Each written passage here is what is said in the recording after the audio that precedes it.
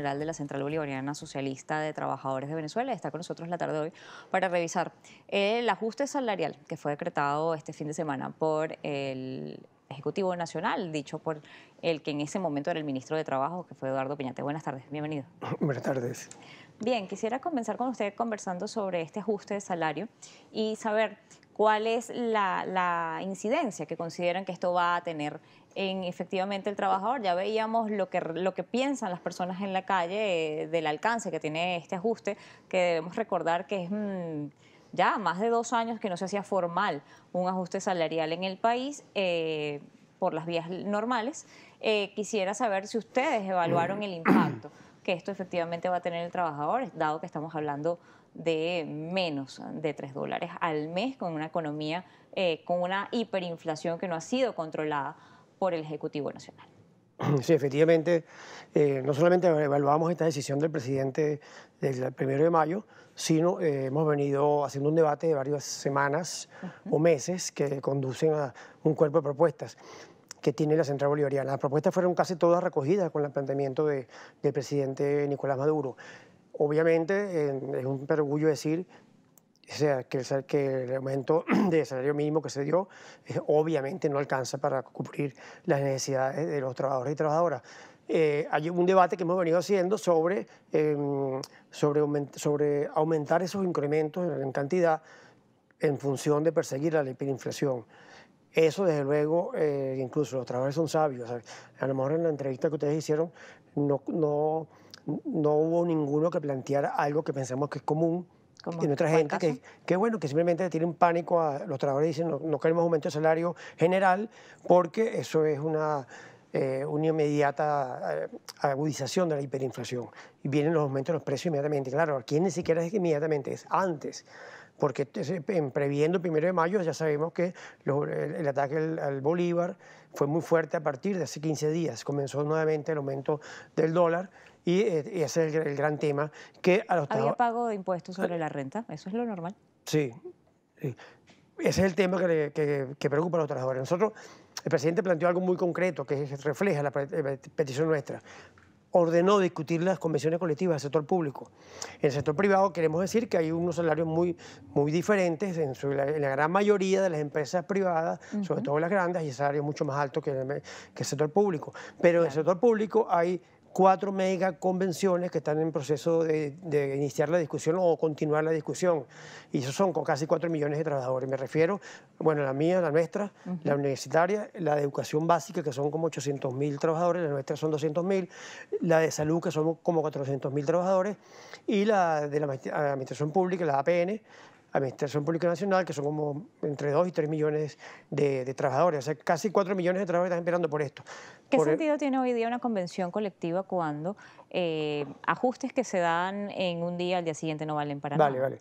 ¿Qué sentido tiene darle un valor o discutir o perder el tiempo discutiendo una convención colectiva cuando los beneficios no van a poder ser llevaderos en el tiempo o no van a ir indexándose al nivel de inflación del país? El planteamiento nuestro y del presidente de la República es reformatear el concepto de las convenciones colectivas. Eso lo planteó.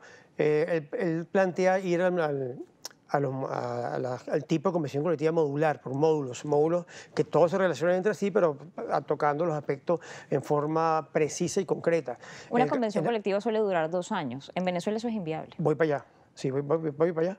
El tema de reformateo es que estamos planteando que no tiene sentido, obviamente no tiene sentido discutir para 2 años. Estamos planteando unas discusiones que sean muy de ejecución inmediata para comenzar. Hacemos un acuerdo, suponte, comenzamos la universitaria ahorita, o cualquiera de las 4 que dije, y se aprueba el primer módulo, debe ser de aplicación inmediata el módulo.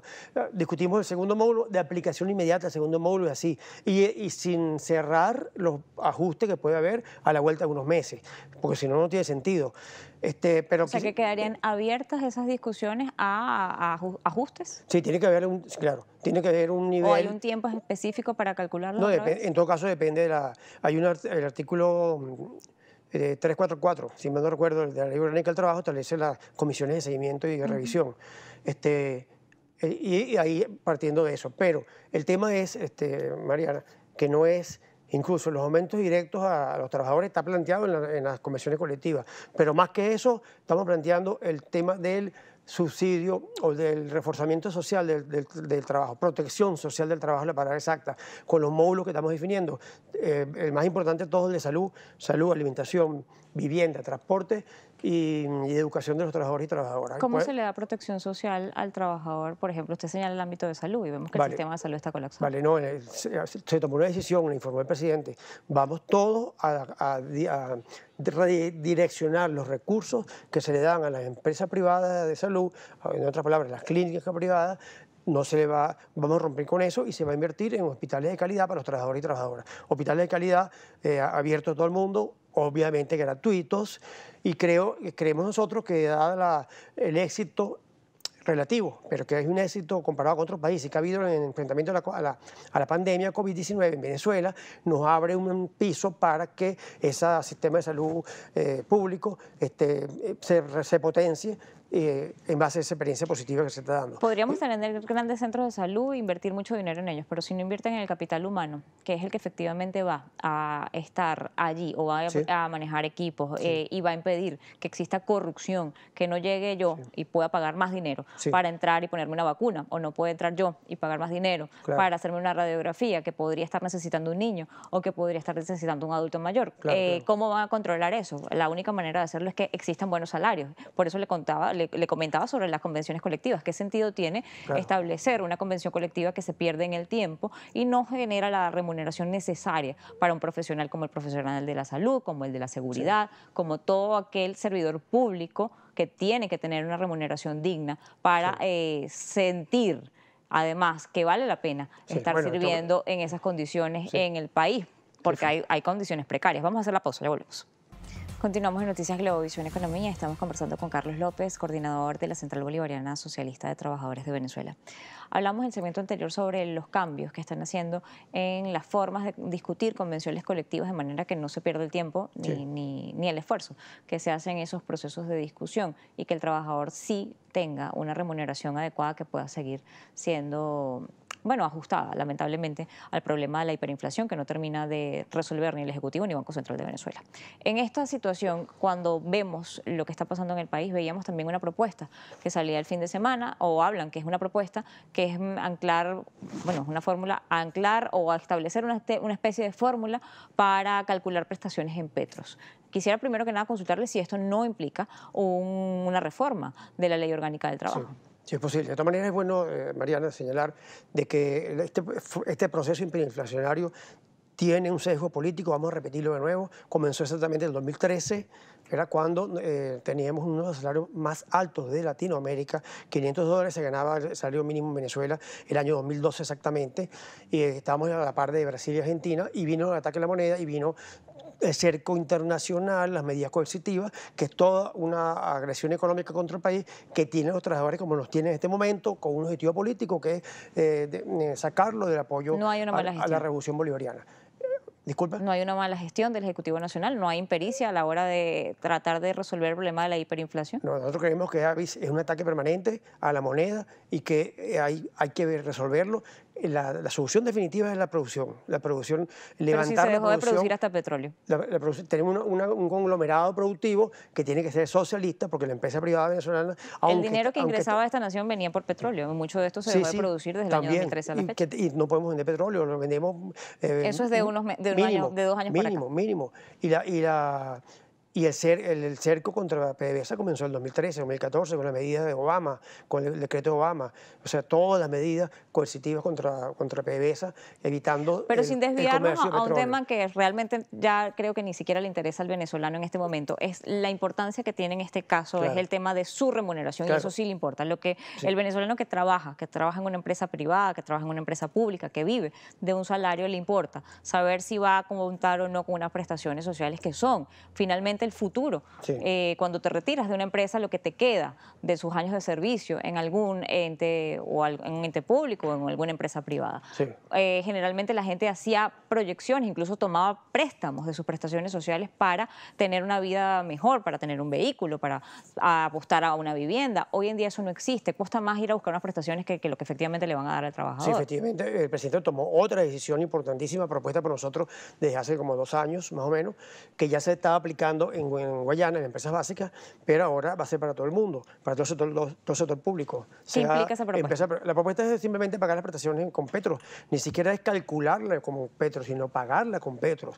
O sea, pero si hay 2 esquemas, que es 60 días por año calculados mensualmente al salario de cada mes. Y la otra fórmula es 30 días por cada año que hayas prestado servicio al último salario que hayas devengado en esa empresa. Sí, cualquiera de las dos, o las dos, por las dos fórmulas. Claro, la que beneficie más al trabajador según en la que le corresponda más dinero. ¿Cómo se va a calcular eso? O sea, de todas maneras, el presidente... Cuando me retire de una empresa me van a calcular cuántos petros son esos 30 días de salario. No, vas acumulando petros. Si se calcula anualmente, si antes se lleva para un fideicomiso, ahora va para un petro o va guardado en petros. Es decir, cada cálculo diario de los 5 días que me tienen que aportar como trabajador dentro del fideicomiso mensualmente para el cálculo de los 60 días, tiene que ser establecido en petros, o sea, lo que ese valor tenga en petros. Nuestra propuesta es, de todas maneras, el presidente tiene un montón de comisión que debe reunirse este miércoles, esta semana, para darle más forma a esto. Pero nosotros planteamos de que tú estás acumulando tus prestaciones en petro. Obviamente, cuando te vayas, tú puedes cambiar los petros a bolívares o llevarte tu petro, como tú quieras. Efectivamente, pero en el cálculo de los 30 días que cuando le corresponden o beneficia más a un trabajador cuando tiene más de 7 años en una empresa, esos 30 días al año, ¿cómo me los van a pagar? ¿Me van a pagar al petro de ese momento? Al petro. Probablemente los bolívares que me esté ganando ya no valen nada. Al petro de ese momento, al petro. O sea, estamos diciendo calcular, pagar las prestaciones sociales con petros. Ese es el planteamiento nuestro y vamos a la mesa con el presidente, con el quien designe, no sé, le van unos técnicos ahí para discutir ese tema. Pero sí es importante que la propuesta nuestra va mucho más allá de esto, es una propuesta estratégica que es de levantar un gran conglomerado productivo que tiene que ver con la comuna, tiene que ver con la ley de ciudades comunales, porque sería que la producción sea distribuida a precios reales, a precios verdaderos, al pueblo venezolano vía comuna. Por eso es que estamos diciendo de que son medidas de protección al salario, de proteger al salario. Por ahora, el salario sigue siendo mínimo, algo... Pero las comunas no son de producción. No, si la ley de ciudades comunales contempla pero un plan las cosas tienen que tener pericia la gente para hacer y ejecutar, para eso existen los sectores productivos. Desde luego, el territorio comunal, que es el territorio donde van a estar las empresas, cualquier tipo de empresa, sea privada o pública. Es decir, la empresa privada va a estar obligada a entregarle la producción a una comuna para que la distribuya. No, la comuna puede discutir con la empresa privada cómo se puede convertir en vigilante de cómo llegarle los productos al pueblo directamente sin pasar por intermediarios y a precios reales. Ese es el gran tema. La comuna ya va y los consejos productivos de trabajadores, los CPT, que están dentro de la empresa privada o pública, están coordinando y controlando los costos de producción, ¿verdad? Ese es el gran tema. ¿Cómo hacemos de que el precio sea un precio Para eso está el Ministerio real? de Comercio. Para eso está el Ministerio de Comercio.